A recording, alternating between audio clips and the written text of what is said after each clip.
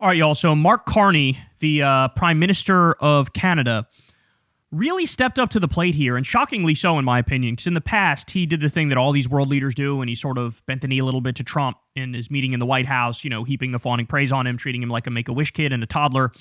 But in this moment where Trump is, not only did he kidnap Maduro in Venezuela, but now he's threatening Greenland. He's also threatened Cuba. He's threatened Colombia. He's threatened Mexico. He's threatened Panama. He's also threatened Canada. Remember that? We was talking about annexing Canada, taking Canada, calling Justin Trudeau Governor Trudeau back when he was prime minister. It looks like Mark Carney is taking the threat seriously. And he decided to step up to the plate in a way where the Europeans, they haven't gone this far yet. They haven't really opened their eyes yet to the fact that Trump is unappeasable. And you can't try to play nice. You have to make him stop whatever he's doing, right? And so, to my surprise, Mark Carney shows up at the World Economic Forum and he delivers a speech. And he does not hold back here, man. This is the equivalent of this is like Drake versus Kendrick in the sense that Mark Carney in this one is Kendrick. I mean, he just viciously breaks down how the U.S. is cooked, the U.S. is over, the empire is done, you've lost the trust of your allied countries, it's not coming back, let's not mourn it, let's look to the future. I mean, this is like prime Eminem in a rap battle, or like that's honestly what it feels like. I know it's kind of cheesy to describe some goofy world political thing like this, but this is a huge deal. This is a huge deal because this is a sign of what's to come, where now they're not on the fence anymore. This is the Prime Minister of Canada going, yeah, that's it. Like the U.S. as the world's superpower is over. It's done, and we're not getting it back, and we're all sort of fucking done with this country now. And him saying it means eventually the Europeans might also wake up too. So let's take a look. We'll break it down as we go here. It seems that every day we're reminded that we live in an era of great power rivalry, that the rules-based order is fading, that the strong can do what they can and the weak must suffer what they must. And this aphorism of Thucydides is presented as inevitable, as the natural logic of international relations reasserting itself. And faced with this logic, there is a strong tendency for countries to go along to get along, to accommodate, to avoid trouble, to hope that compliance will buy safety. Well, it won't. So what are our options? In 1978, the Czech dissident Václav Havel, later president, wrote an essay called The Power of the Powerless. And in it, he asked a simple question: how did the communist system sustain itself? And his answer began with a greengrocer. Every morning, this shopkeeper places a sign in his window: "Workers of the world unite." He doesn't believe it. No one does. But he places the sign anyway to avoid trouble, to signal compliance, to get along. And because every shopkeeper on every street does the same, the system persists. Not through violence alone, but through the participation of ordinary people in rituals they privately know to be false. Havel called this living within a lie. The system's power comes not from its truth, but from everyone's willingness to perform as if it were true. And its fragility comes from the same source. When even one person stops performing, when the greengrocer removes his sign, the illusion begins to crack. Friends, it is time for companies and countries to take their signs down. This is him saying, stop appeasing Trump. Stop appeasing Trump. The U.S. is not what it was. It never will be again. We can't trust them again. And this is what I told you guys. I told you guys, even if we get like a based-ass, left-wing Democratic president who really is about that life, even if we get that, it's like, what will the world say? The world will look at us and go, okay, that's great, but what happens 4 years from now or 8 years from now when a Republican gets in there again and that Republican models themselves after Trump? How do we know they're not going to go back to the same dumbass ideology and throw all of us allies under the bus? We're getting to the point where not only is the dollar probably going to be dumped as the world reserve currency, a lot of these countries will probably, in the future, not even want to trade with us anymore. We're talking about economic apocalypse in this country, and it was all completely and utterly avoidable, I should say. Not unavoidable, avoidable. For decades, countries like Canada prospered under what we called the rules-based international order. We joined its institutions, we praised its principles, we benefited from its predictability. And because of that, we could pursue values-based foreign policies under its protection. We knew the story of the international rules-based order was partially false, that the strongest would exempt themselves when convenient, that trade rules were enforced asymmetrically. And we knew that international law applied with varying rigor depending on the identity of the accused or the victim. This fiction was useful.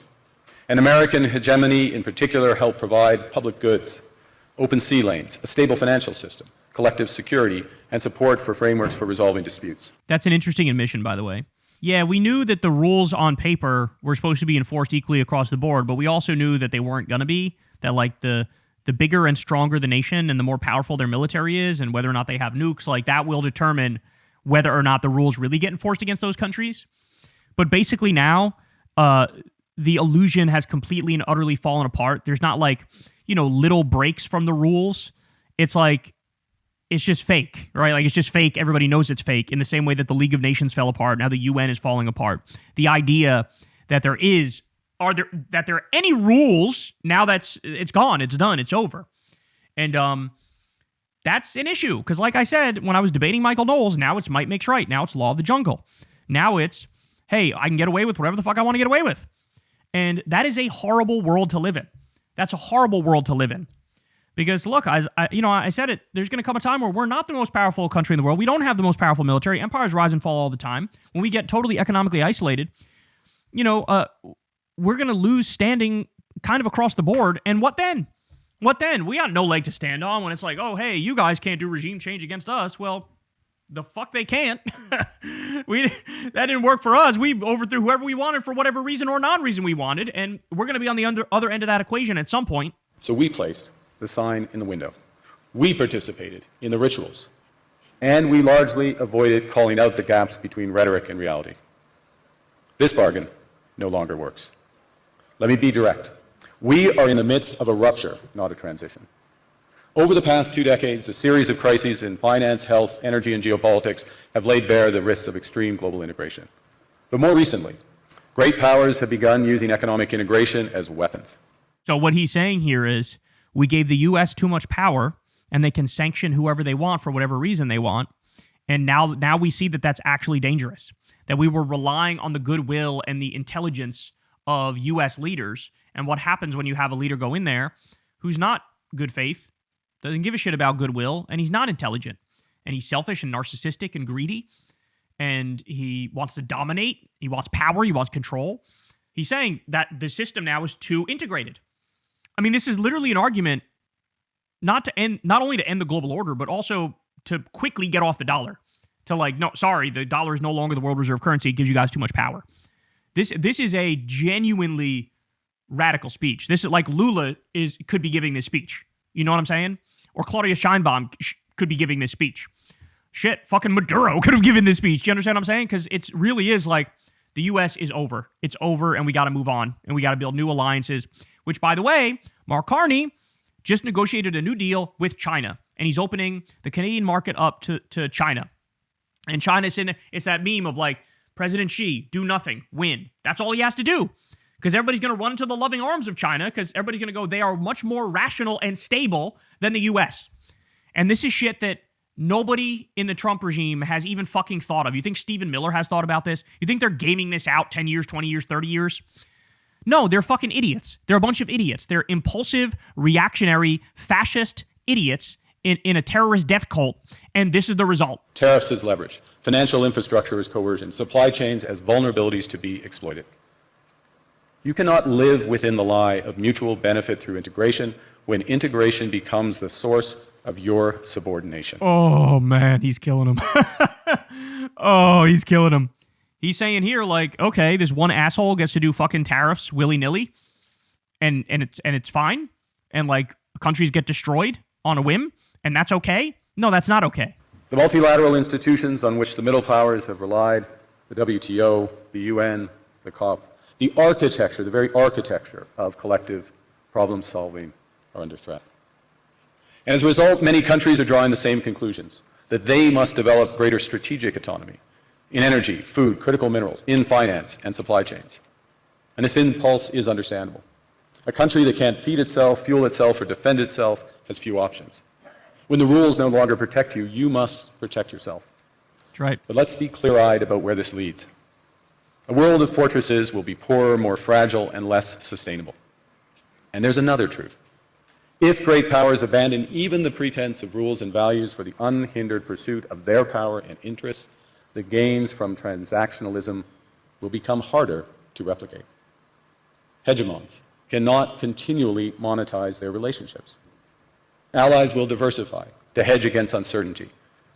They'll buy insurance, increase options, in order to rebuild sovereignty.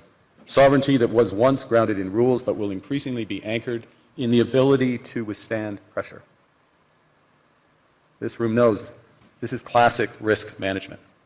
Risk management comes at a price. But that cost of strategic autonomy, of sovereignty, can also be shared. Collective investments in resilience are cheaper than everyone building their own fortresses. Shared standards reduce fragmentations. Complementarities are positive sum. And the question for middle powers like Canada is not whether to adapt to the new reality. We must. The question is whether we adapt by simply building higher walls or whether we can do something more ambitious. Now, Canada was amongst the first to hear the wake-up call, leading us to fundamentally shift our strategic posture. By the way, I think the point he's making there is we're not going to totally shut the door to the rest of the world, but we're going to turn away from the U.S. and make deals with Europe and China. So now the U.S. has found a way to isolate ourselves so severely that, like, we have no natural alliances except maybe Israel. the worst, most psychopathic, most genocidal regime. And you can say Saudi Arabia, also genocidal, by the way. It's like Saudi Arabia, Israel, and us. And then everybody else is like, we're with China. That's where we're at now. This is basically what he's describing. Canadians know that our old comfortable assumptions that our geography and alliance memberships automatically conferred prosperity and security, that assumption is no longer valid. And our new approach rests on what Alexander Stubb, the President of Finland, has termed value-based realism. Or to put another way, we aim to be both principled and pragmatic. Principled, commitment to fundamental values, sovereignty, territorial integrity, the prohibition of the use of force except when consistent with the UN Charter, and respect for human rights. And pragmatic in recognizing that progress is often incremental, that interests diverge, that not every partner will share all of our values. So we're engaging broadly, strategically, with open eyes. We actively take on the world as it is, not wait around for a world we wish to be. We are calibrating our relationships so their depth reflects our values. And we're prioritizing broad engagement to maximize our influence, given the fluidity of the world at the moment, the risks that this poses, and the stakes for what comes next. And we are no longer just relying on the strength of our values, but also the value of our strength. We are building that strength at home. And you had Trump come out and respond to this the next day like a mob boss would. He came out and he tried to, like, slap him down and be like, you only exist because we allow you to exist, is basically what he said to him. Further solidifying the logic of Mark Carney's speech by responding like that. And that's the thing that these Trump idiots don't get. Like, it's over now, bro. It is over. And again, the scariest part of all of this is when the U.S. eventually gets dumped, in the sense that the dollar is no longer the world reserve currency, we will have a Great Depression in this country, the likes of which we've never seen before. We'll have hyperinflation. We'll have a Great Depression. We'll have complete political instability. And, Peter Schiff, actually the libertarian, he made this point. I think it's true. When the world eventually drops the dollar, it'll be a massive economic crisis here in the U.S., but actually the rest of the world will not deal with nearly as much strife. In a sense, it's like liberating the rest of the world at the same time that it's destroying us. And all of it was completely and utterly avoidable. But now clearly Canada has woken up. The EU has somewhat woken up because they decided we're going to stop our trade deal with the U.S., right? But really we got to get to the point where it's sanctions against the U.S., it's dropping the dollar, and they are dumping treasuries right now as we speak. But you can't even, you can't live by the day-to-day stuff from Trump, where sometimes he threatens Greenland, sometimes he doesn't. Like, he'll go from one topic to another one day to the next. He'll change his mind from one day to the next. Basically, what you have to say is, you're not dependable, you're not reliable, you're not good to your word anymore. You rip up treaties willy-nilly. I mean, look, he did with the Iran deal, he did with the Paris Climate Agreement. You're not fit to lead anymore. So the world has to make that decision and just prepare for what comes next. Because there is no let's just, batten down the hatches and try to get through to the next president, the next Democratic president. The damage is already done. The damage is already done, and there is no coming back from that. And again, this is a way more radical speech than I think people are realizing. It really does symbolize the end of the era of U.S. dominance. That's it. It's over.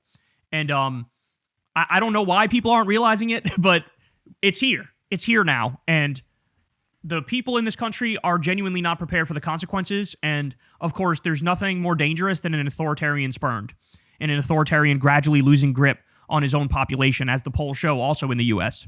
So there are turbulent fucking times ahead. But, we have no choice. There's no other way through it but for us to fucking get out there and make our voices heard and try to rescue this country from itself. Because this is one of the absolute lowest places we've ever been, and I certainly don't want it to go any lower. Hey y'all, do me a favor and like and subscribe. It helps out big time in the algorithm. Click the bell as well for notifications when videos drop, and watch that video on screen right now. You know you want to.